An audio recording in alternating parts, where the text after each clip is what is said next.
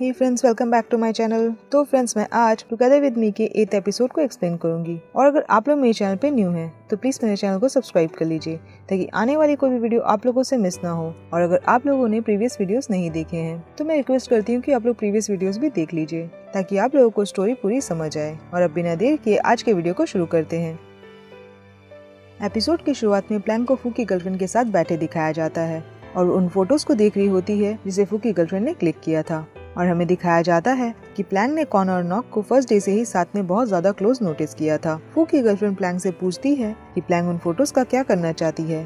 Planck उसे कहती है कि उन फोटोज को डिलीट कर दे बिकॉज वो अभी इन फोटोज को लीक नहीं करना चाहती।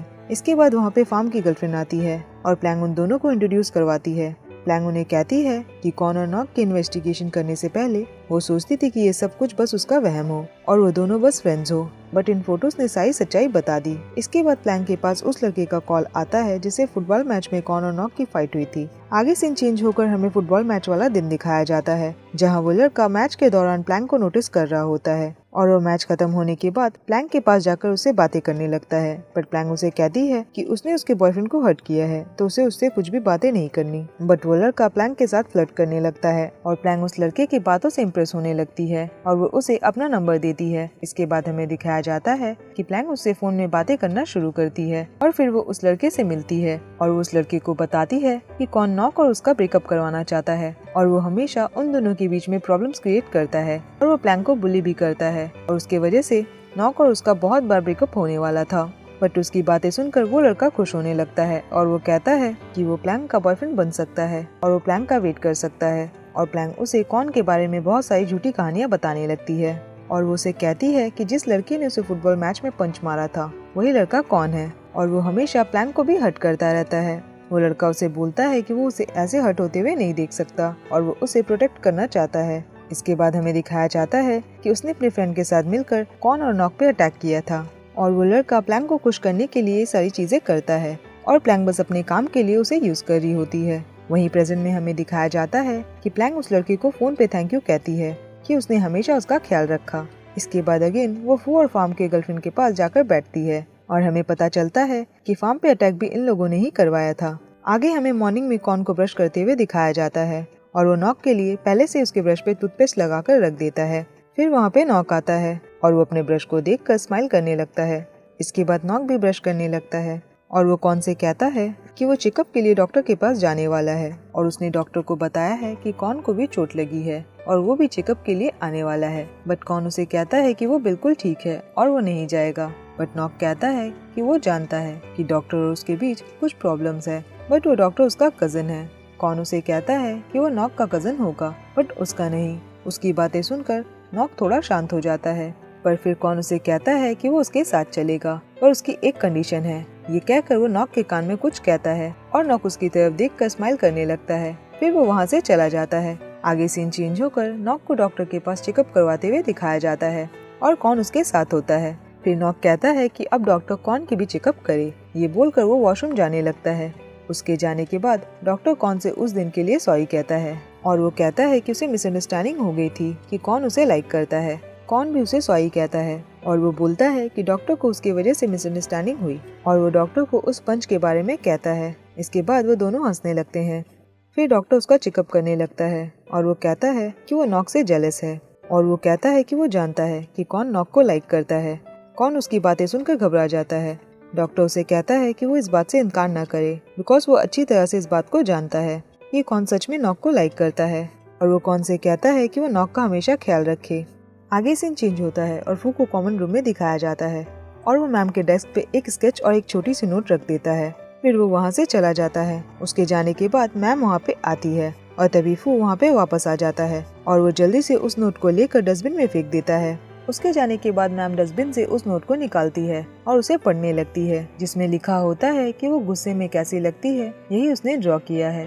वहीं दूसरी तरफ हमें दिखाया जाता है कि कॉन और नॉक कैंटीन एरिया में पहुंचते हैं और वहां सभी स्टूडेंट्स उनके तरफ देख रहे होते हैं और गॉसिप कर रहे होते हैं। फिर वो लोग एक लड़की के पास एक लिफलेट को देखते हैं जिसमें उनका किस वाला फोटो होता है और उस पे लिखा होता है कि इंजीनियरिंग डिपार्टमेंट का एक फुटबॉलर अपने क्लोज फ्रेंड को डेट कर रहा है। और ये सारी चीजें देखकर नॉक घबरा जाता है और वो वहाँ से चला जाता है। फिर कॉन भी उस लिफलेट को देखता है इसके बाद कॉन नॉक के पीछे जाने लगता है, बट फार्म उसे रोकता है और वो कहता है कि नॉक जब थोड़ा शांत होगा तो वो खुद वापस आ जाएगा। फाई कहती है कि वो इन सारी बातों की रिपोर्ट करेगी। कॉन उन दोनों को थैंक यू बोलता है, बट वो कहता है कि उसे नहीं लगता कि वो आज दोपहर की क्लास को अटेंड कर पाएगा, और ये कहकर वो वहाँ से चला जाता है। वहीं दूसरी तरफ युवा को प्लेग्राउंड से गुजरते दिखाया जाता है और वो भी वहाँ पे उस लिफलेट को देखती है और वो उसे देखकर घबरा जाती है और अपने फ्रेंड्स को कॉल लगाती है। वहीं हमें दिखाया जाता है कि प्लैंक और फार्म की गर्लफ्रेंड साथ में होते हैं और उन दोनों ने मिलकर किसी स्टूडेंट की आईडी से ये सब किया होता है। फार्म की गर्लफ्रेंड प्लैंक को कहती है कि क्या वो श्योर है कि कोई उन्हें इस आईडी से ट्रैक नहीं कर पाएगा। प्लैंक कहती है कि वो उस पर ट्रस्ट करे। आगे हमें मैम को सीनियर टीचर के साथ कॉलेज में आते दिखाया जाता है और वो लोग भी उस लिफलेट को देखते हैं, जिसे देखकर मैम शॉक्ड हो जाती है। इसके बाद उन्हें कॉन के रूम के बाहर नॉक करते दिखाया जाता है। कॉन डोर खोलता है और मैम उसे वो लिफलेट दिखाती है और वो उससे पूछती है कि ये सब क्या है और कौन इतने सारे प्रॉब्लम्स क्यों क्रिएट कर रहा है। लास्ट टाइम उस फुटबॉल मैच की फाइट और अब ये सब। कॉन अपनी सिस्टर को बोलता है कि ये सब तो जरूर किसी और ने ही पोस्ट किया होगा, तो वो कॉन पे क्यों चिल्ला रही है। कॉन की सिस्टर उससे पूछती है कि क्या ये सब सच है जो कुछ भी इसमें लिखा है, और वो उसे कहती है कि वो अपनी हरकतों से फैमिली की रेपुटेशन को खराब ना करे, और क्या उसे अपनी सिस्टर की भी फिक्र नहीं है क्योंकि वो वहाँ पे टीचर है और दूसरे लोग क्या सोचेंगे जब उन लोगों को पता चलेगा कि कौन उसका भाई है। बट कॉन उसे कहता है कि उसकी सिस्टर बस अपनी फिक्र करती है और वो कॉन की बिल्कुल भी केयर नहीं करती, और कॉन को फर्क नहीं पड़ता कि लोग क्या कहेंगे कि कॉन को बॉयज में इंटरेस्ट है और लोगों के पास मुंह है तो वो चाहे कुछ भी कहे। बट उसकी सिस्टर बोलती है कि अब कॉन सेल्फिश हो रहा है और वो सिर्फ अपनी केयर कर रहा है, और अगर उन दोनों की मॉम को सब कुछ पता चल गया तो उन्हें कैसा लगेगा, और कॉन को दूसरे लोगों की फीलिंग्स की कोई भी फिक्र नहीं है। कॉन उनकी बातें सुनकर बिल्कुल चुप हो जाता है और वो रोने लगता है। फिर वो वहाँ से चला जाता है। आगे हमें फार्म को दिखाया जाता है और वो कार में डॉक्टर के साथ एक लड़के को देखता है। इसके बाद वो लड़का वहाँ से चला जाता है। उस लड़के के जाने के बाद डॉक्टर का ध्यान फार्म के तरफ जाता है और वो फार्म को कार में आने को बोलता है। फार्म कार में जाकर बैठ जाता है, बट वो बिल्कुल शांत बैठा होता है। वहीं दूसरी तरफ हमें मैम को लिफ्ट के पास खड़े दिखाया जाता है और वो अपनी बातों को याद कर रही होती है, जो भी उन्होंने कॉन को बोला था, और उसके बाद कॉन रोने लगा था, और ये सारी चीजें याद करके वो उदास होने लगती है। और तभी लिफ्ट से फू निकलता है और वो मैम को आवाजें देने लगता है। इसके बाद वो मैम को बोलता है कि छोटे भाई बहन कभी ये नहीं समझते कि बड़ा भाई बहन होना कैसा होता है, और उनको हमेशा पेरेंट्स की तरह छोटों का ख्याल रखना पड़ता है। मैम उसकी बातें सुनकर उसकी तरफ देखने लगती है। इसके बाद वो फू से कहती है कि क्या वो जानता था कि कॉन को बॉयज में इंटरेस्ट है, बट वो कहता है कि उसे भी अभी अभी पता चला जब मैम को पता चला है। बट मैम उसकी बातें सुनकर शॉक्ड हो जाती है और वो कहती है कि वो सब इतने टाइम से साथ रहते हैं और फू को भी अभी ये सब पता चला है। मैम उसे बोलती है कि वो बहुत वरीड है और उन्हें समझ नहीं आ रहा कि उन्हें क्या करना चाहिए, और उन्हें नहीं पता कि वो अपने भाई की हेल्प कैसे करे। फू उन्हें कहता है कि वो कॉन की फिक्र ना करे और वो सब कुछ पता लगाएगा और उन्हें सब कुछ बताएगा कि आखिर क्या चल रहा है, और वो कहता है कि ये सारी बातें भी उनके न्यूज की तरह चली जाएगी। मैम उसे थैंक यू बोलती है। आगे सीन चेंज होकर इवनिंग का दिखाया जाता है, जहाँ नॉक अपनी गर्लफ्रेंड के साथ उसके रूम पे बैठा होता है और वो वहाँ पे बहुत उदास बैठा होता है। प्लैंक उससे कहती है कि क्या वो ठीक है, और वो उसके लिए बहुत वरीड है, और तभी नॉक रोने लगता है और वो उसे हक करता है और वो प्लैंक को थैंक यू कहता है, पर प्लैंक स्माइल करने लगती है। आगे हमें फार्म को लिफ्ट से निकलकर जाते दिखाया जाता है और डॉक्टर उसके साथ होता है और वो उसे उसके रूम के बाहर तक छोड़ने आता है, और वो फार्म से कहता है कि वो ऐसा ही है और क्या फार्म उसे ऐसे ही एक्सेप्ट कर सकता है। फार्म उसकी बातें सुनकर उदास हो जाता है और वो बोलता है कि उसे इस बारे में सोचने के लिए टाइम चाहिए, और डॉक्टर लिफ्ट में वहाँ से चला जाता है और फार्म वहीं पे खड़ा रहता है।